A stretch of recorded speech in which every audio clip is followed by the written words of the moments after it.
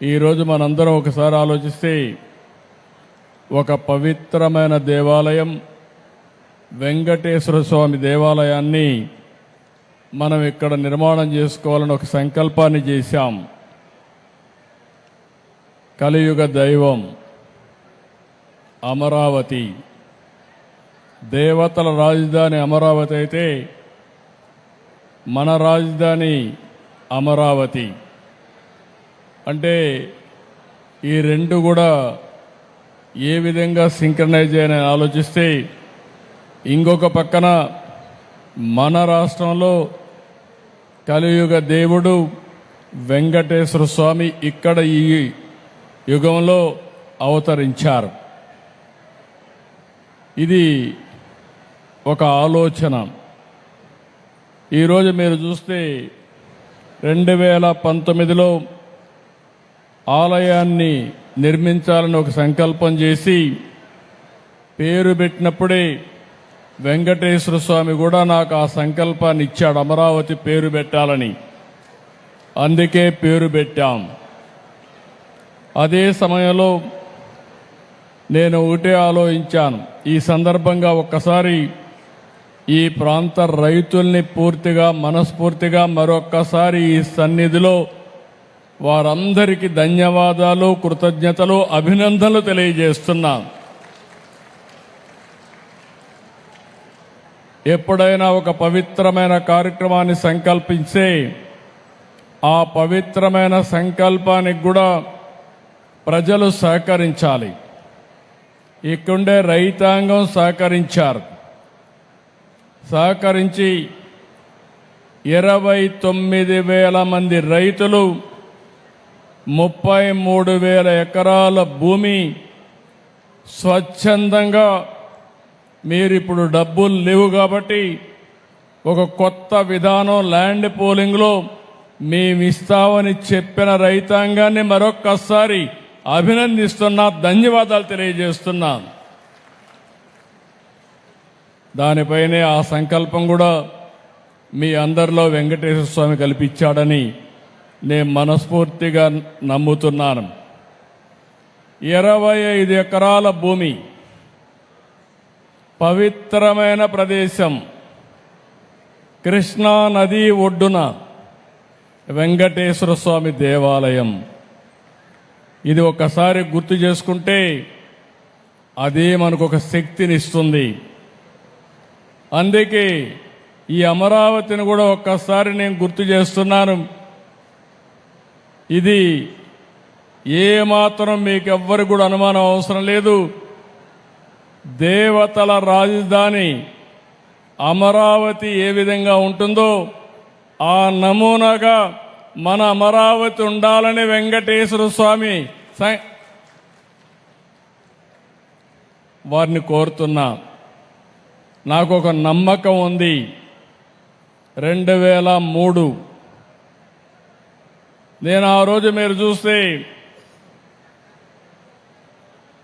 ప్రాణదానం సిమ్స్లో ప్రారంభించాను. ఎన్టీ రామారావు గారు ప్రారంభించిన కార్యక్రమం అన్నదానం 83లో ప్రారంభిస్తే, నేను 2003లో ప్రాణదానాన్ని ప్రారంభించి బ్రహ్మోత్సవాల సందర్భంగా దేవునికి ప్రభుత్వ లాంఛనాలు సమర్పించే సందర్భంలో 23 క్లేమోర్ మైన్స్ నా మీద బ్లాస్ట్ చేస్తే సాక్షాత్ వెంకటేశ్వర స్వామి నాకు ప్రాణభిక్ష పెట్టాడు తప్ప ఇంకోటి కాదని చెప్పి విజ్ఞప్తి చేస్తున్నా. అది వెంకటేశ్వర స్వామి మహిమ. నేను చిన్నప్పుడు కూడా మా కుటుంబం కానీ చిన్నప్పటి నుంచి మా ఇంటి దైవం వెంకటేశ్వర స్వామి. మా ఇంటి నుంచి చూస్తే మంగాపురం నుంచి ఆ సైడ్ చూస్తే వెంకటేశ్వర స్వామి నామాలు కనపడొస్తాయి. ఆయన్ని చూస్తూ బతికాం. ఆయన పాద పద్మాల చింతన అనునిత్యం తరించాం, ముందుకెళ్ళాం. అందుకే నేను ఎప్పుడు కూడా వెంకటేశ్వర స్వామికి గాని అప్రతిష్ట పాలొచ్చే ఏ పని చెయ్యను, ఎవరిని చెయ్యనియనని మరొక్కసారి మీ అందరికీ విజ్ఞప్తి చేస్తున్నా.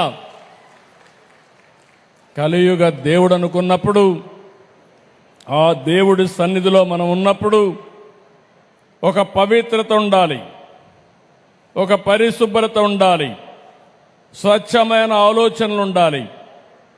అప్పుడే దేవుడికి నిజమైనటువంటి భక్తితో మనం పనిచేసే పరిస్థితి వస్తుందని చెప్పి కూడా నేను మీకు తెలియజేస్తున్నా. అందుకే మీరందరూ ఒక్కసారి ఆలోచిస్తే, నేను ఎప్పుడు పోయినా వెంకటేశ్వర స్వామి దగ్గరికి పోతే ఎప్పుడు కూడా క్యూలోనే పోతాను. ఎప్పుడు కూడా నేను ముఖ్యమంత్రిగా అక్కడ వెళ్ళను, ఒక భక్తుడిగా వెళతాను, ఒక భక్తి భావంతో వెళ్తాను.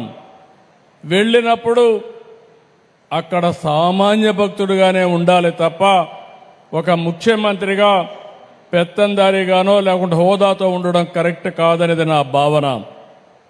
నేను వెంకటేశ్వర స్వామిని చూశాను.